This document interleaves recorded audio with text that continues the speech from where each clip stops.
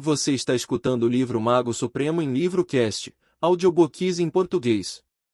Não esqueçam de deixar seu like e se inscrever no canal. Está gostando das postagens? Você pode me apoiar pagando um café para mim via Pix, ou doando qualquer valor que você desejar. A chave Pix do canal está na descrição. Capítulo 5. Dores de crescimento. Os anos seguintes não foram fáceis para Lich. Ele finalmente conseguiu fazer muitas perguntas, preenchendo a maioria dos buracos em seu vocabulário e começando a finalmente aprender sobre sua família e o novo mundo.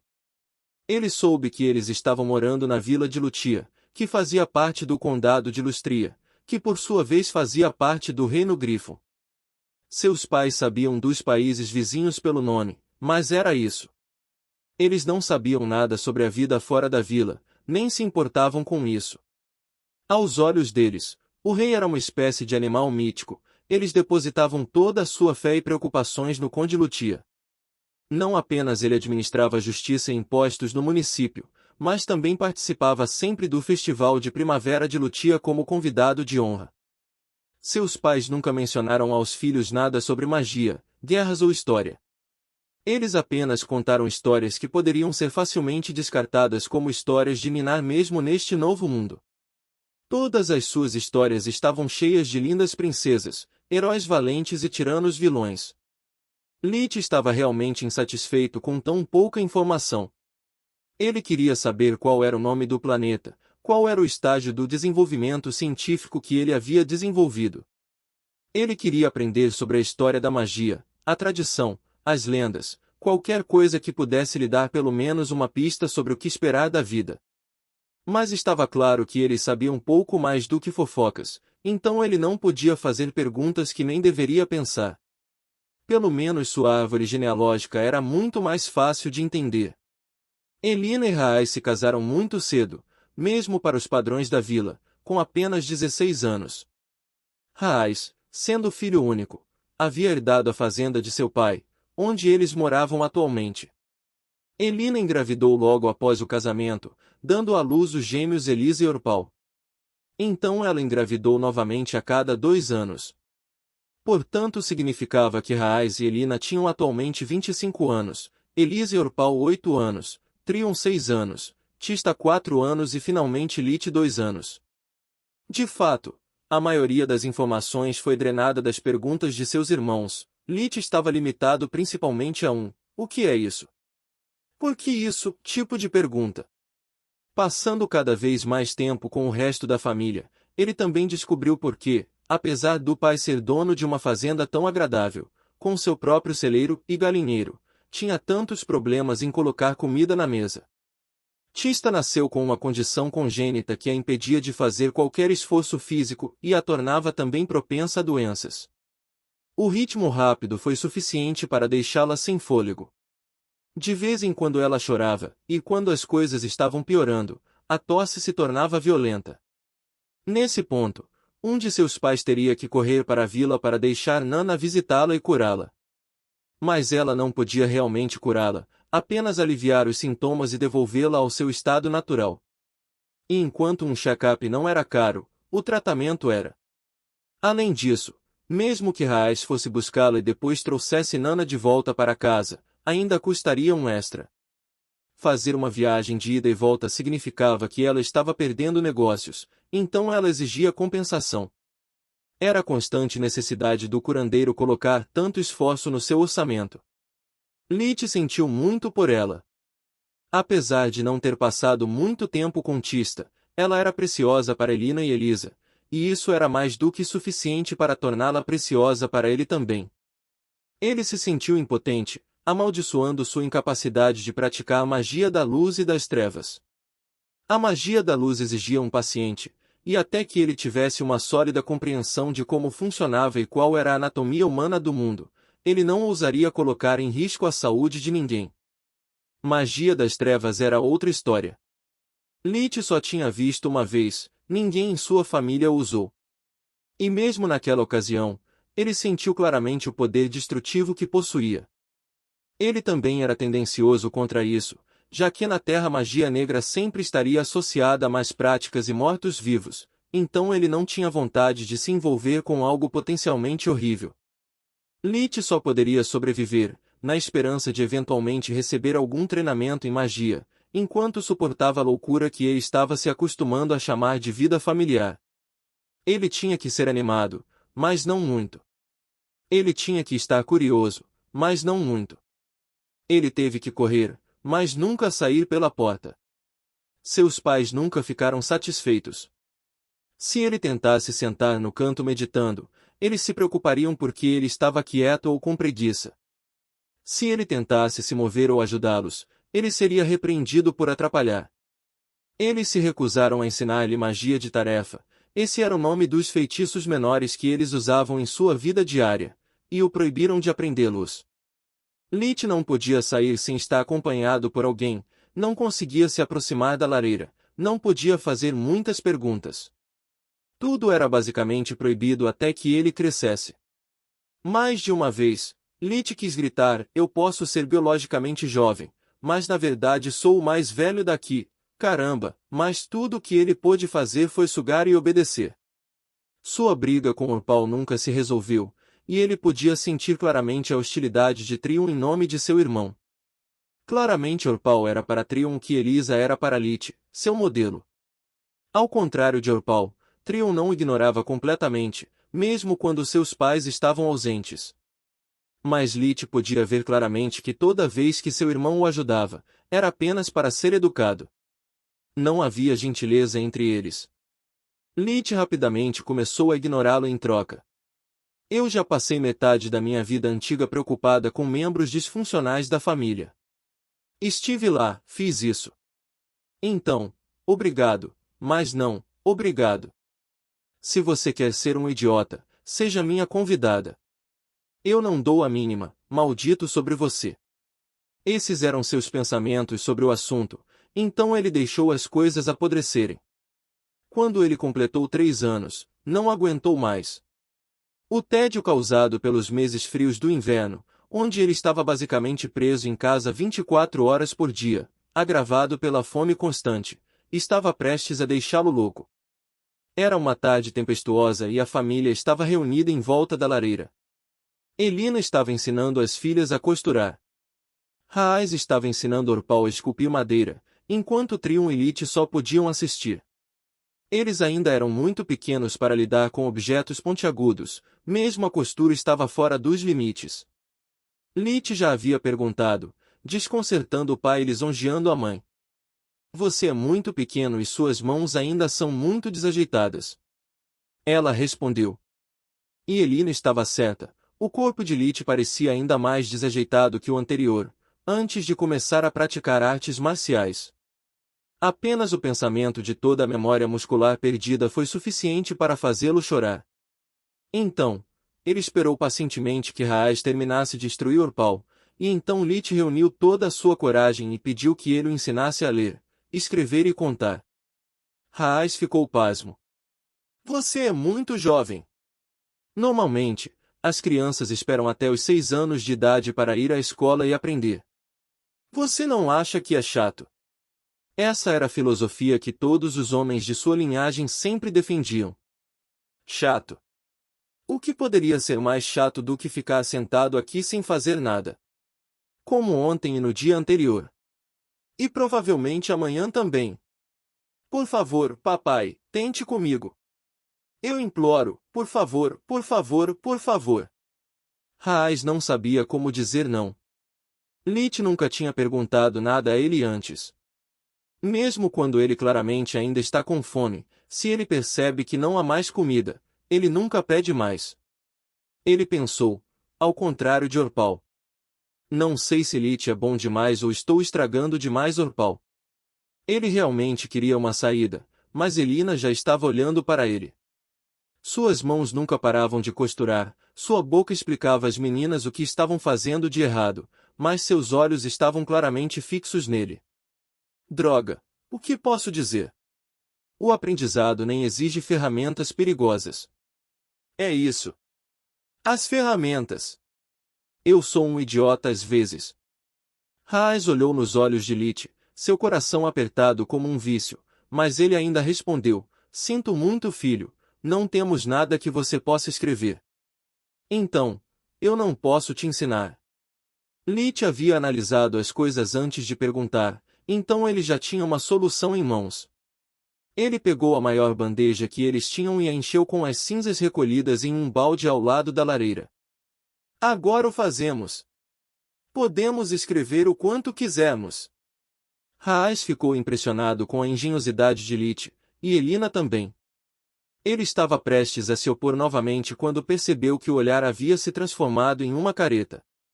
Suas mãos estavam se movendo muito rápido, e isso significava problemas para ele. Havia uma tempestade lá fora, ele não podia fugir daquele que estava se formando lá dentro. Então, com um suspiro profundo, ele desistiu. Pelo que você quer começar?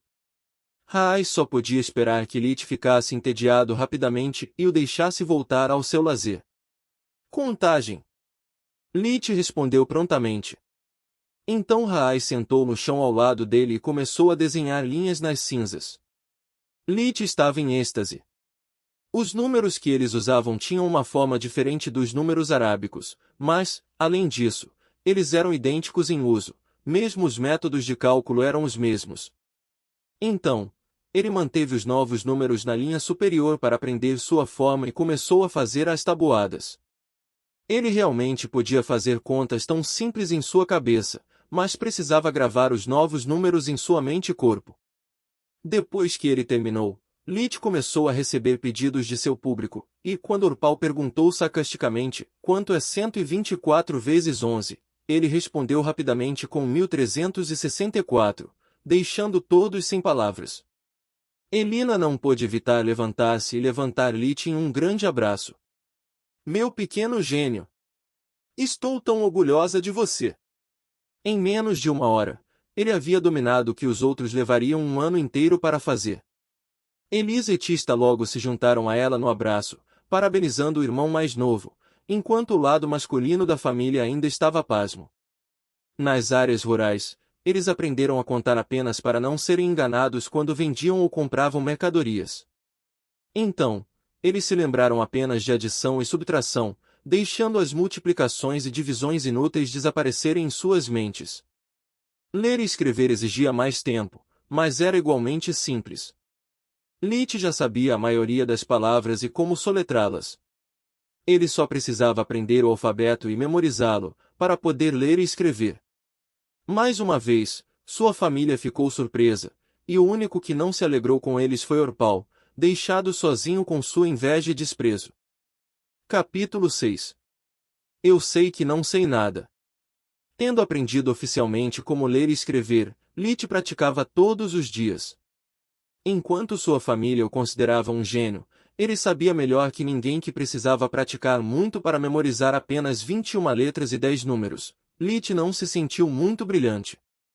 Golpeando o ferro enquanto ainda estava quente, ele pediu a Haas que esculpisse para ele uma régua de madeira, com 50 centímetros de comprimento e 3 centímetros de altura e largura. Na frente, ele havia gravado todo o alfabeto, atrás, os números. Era embreagem de Lit durante a lição de casa, uma ferramenta necessária para que ele estivesse livre de praticar a qualquer momento sem incomodar os pais. Haas ainda estava nas nuvens, então não fez nenhuma pergunta sobre os tamanhos estranhamente grandes que Lit pedia.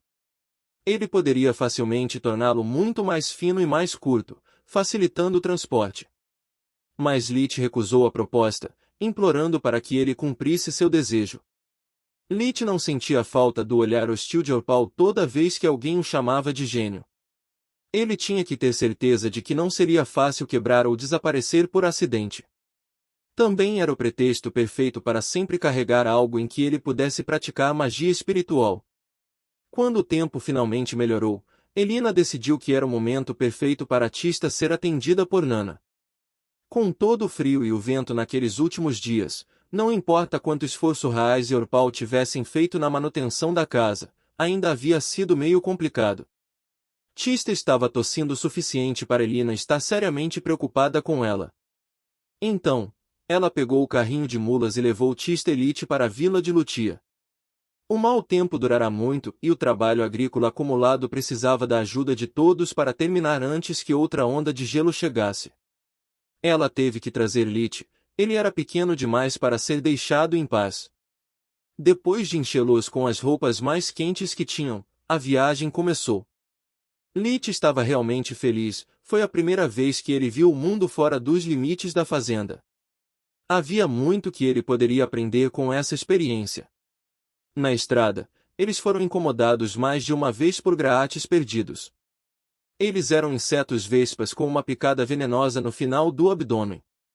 Comparadas às vespas da terra, elas eram muito mais peludas e azuis em vez de amarelas. Por que, em nome da grande mãe, eles ainda estão por aí? Elina reclamou. Eles deveriam estar dormindo durante o inverno. Um graata era particularmente teimoso, e, apesar de toda a enxurrada, continuava voltando até chegar muito perto de Tista para conforto. Lit bateu as mãos com força, sentindo completamente a falta.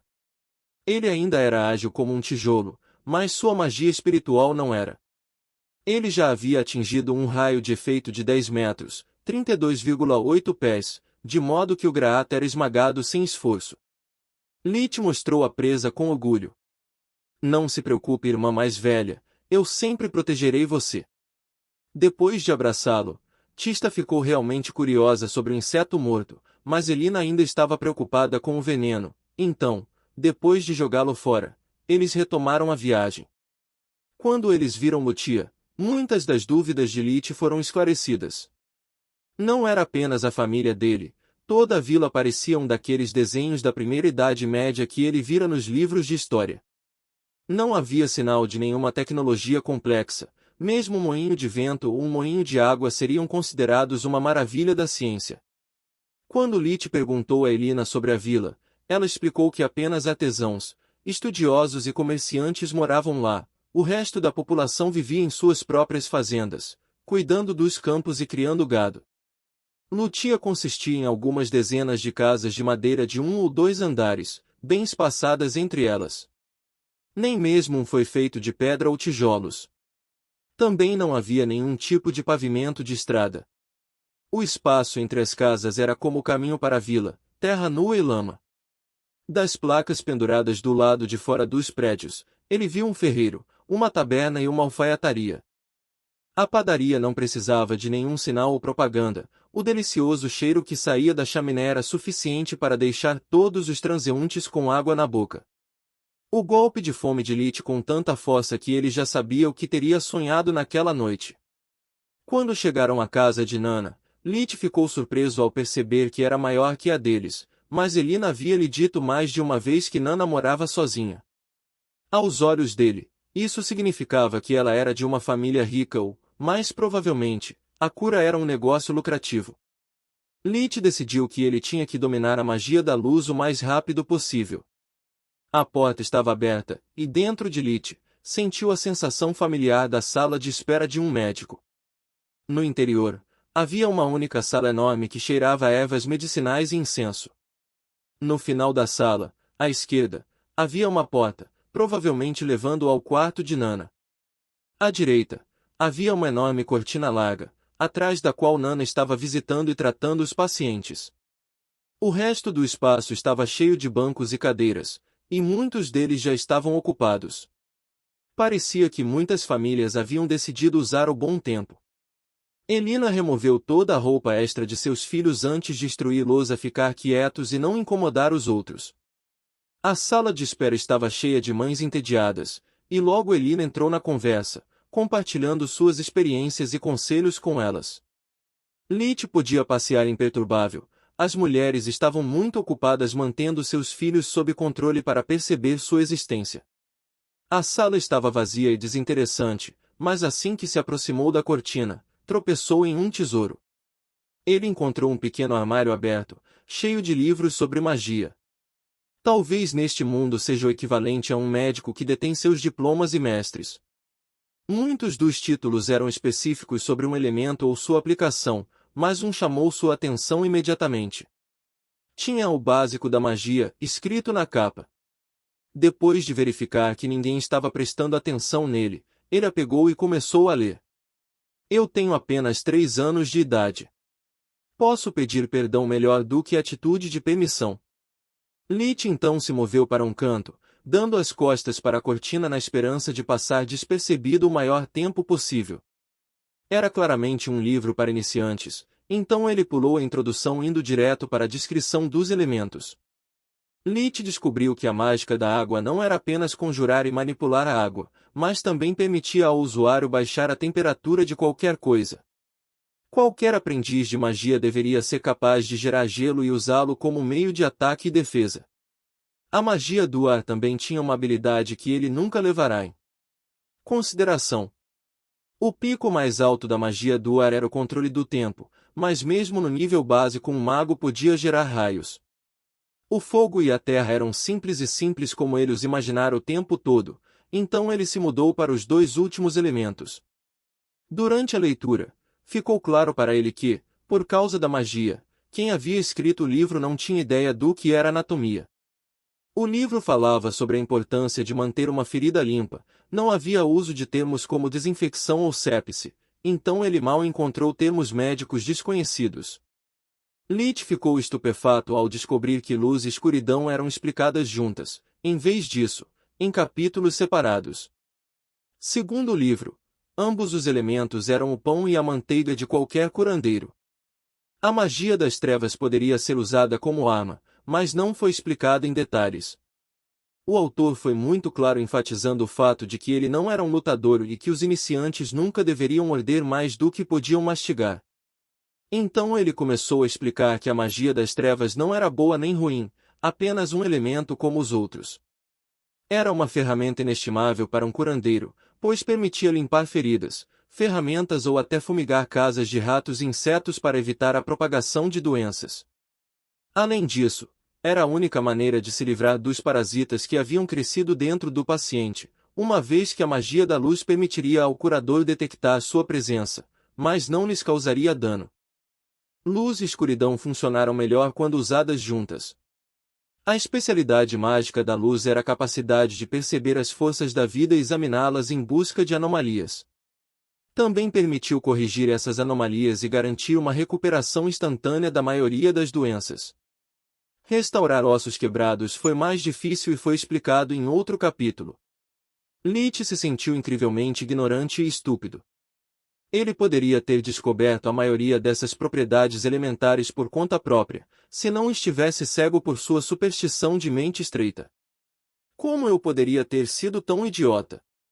Eu moro aqui há mais de 3 anos e ainda estou pensando como se fosse um videogame com regras e níveis fixos.